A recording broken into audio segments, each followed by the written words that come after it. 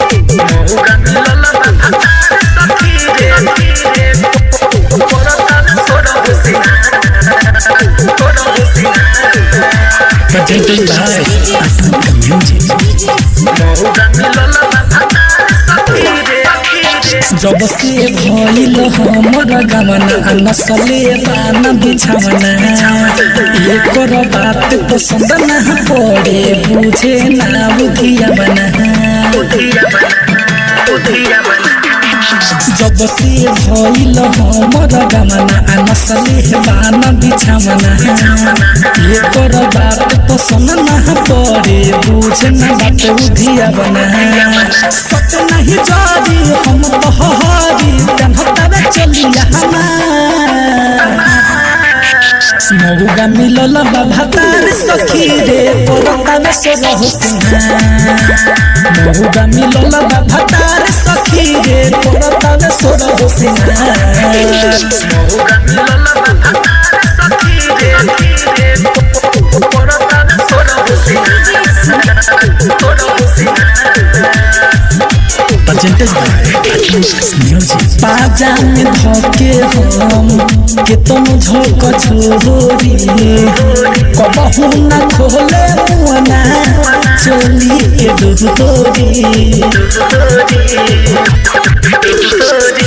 बाजा में धोके हम के तुम झोंक छोरी कबहू न खोले मुआना चोली के डोरी रहतन छूछे केहू नहीं पूछे काम करे नहीं वो कहतिया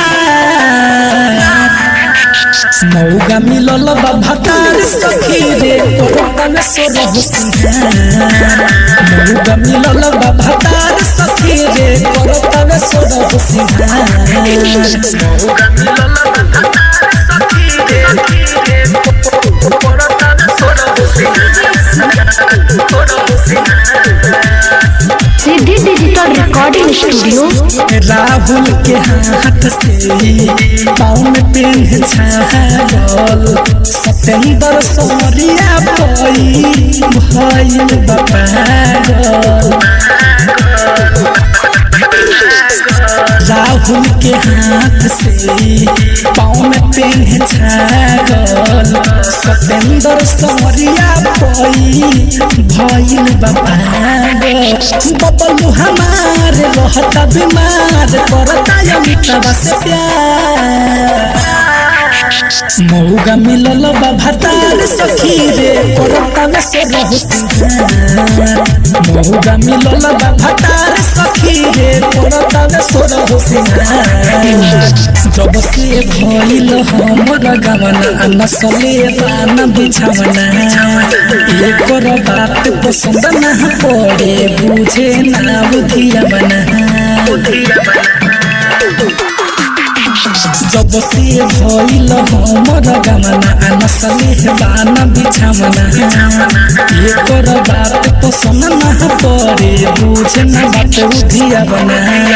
सत नहीं जारी हम बहारी तनहतावे चलिया मौका मिलल बा भतार सखी रे परतावे सोरा हुसिना मौका मिलल बा भतार सखी रे परतावे सोरा हुसिना सिद्धि डिजिटल रिकॉर्डिंग स्टूडियो मैनाटा।